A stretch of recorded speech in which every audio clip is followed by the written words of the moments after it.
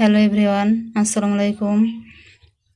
শীত মানে পিঠাপুলি, শীত মানে আমন ধানের চালের কেনা খুদে ভাত বা বউয়া ভাত কেনা খায়। তো আমি আজকে আপনাদের দেখাবো খুদে ভাত কিভাবে রান্না করতে হয়।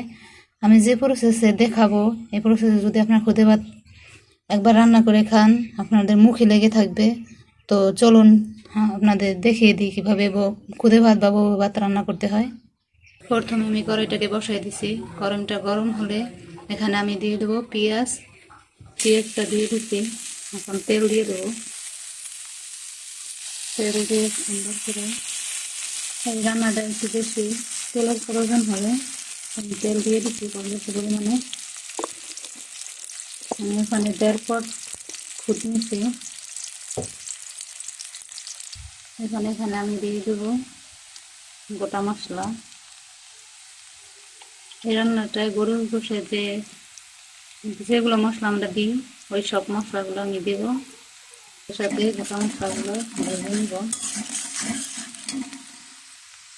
আর এই রান্নাটার সবচেয়ে গুরুত্বপূর্ণ বিষয় হচ্ছে আপনি যত বেশি কাঁচামরিচ দেবেন তত এই খুদে ভাতটা অনেক মজা হবে। তো আমি এখন দিয়ে দেবো কাঁচামরিচ, দিয়ে দেবো হলুদ 1 চামচ,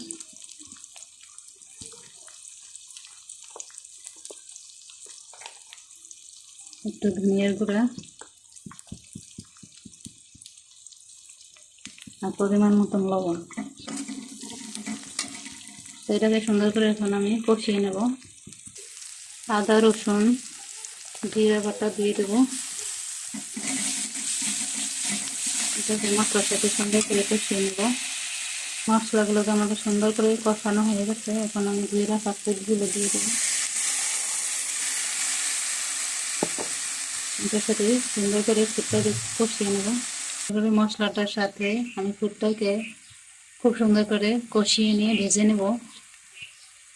ভেজে নিয়ে পরে আমি এটা আমার সুন্দর করে এখন কষানো হয়ে গেছে। এখানে আমি পর্যাপ্ত পরিমাণে পানি দিয়ে দেবো।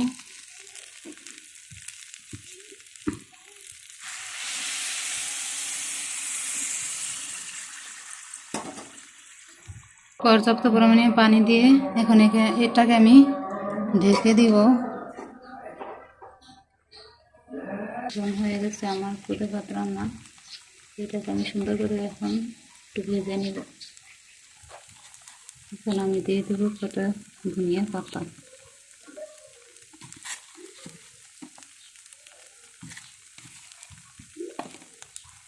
সুন্দর করে মিক্স করে দেবো। দেখুন হয়ে গেছে আমার খুদে ভাত বা বউ ভাত। তার সাথে আছে লইট্টা শুটকি ভর্তা আর আছে ডিম ভাজি। তো সবার যদি রেসিপিটা ভালো লাগে অবশ্যই আমার পেজটাকে ফলো দিবেন, কমেন্টস করবেন, বেশি বেশি শেয়ার করবেন। আর আমার একটা ইউটিউব চ্যানেল আছে, অবশ্যই সাবস্ক্রাইব করবেন। আর রেসিপিটা ভালো লাগলে অবশ্যই সবাই ট্রাই করে দেখবেন। তো আল্লাহ হাফেজ।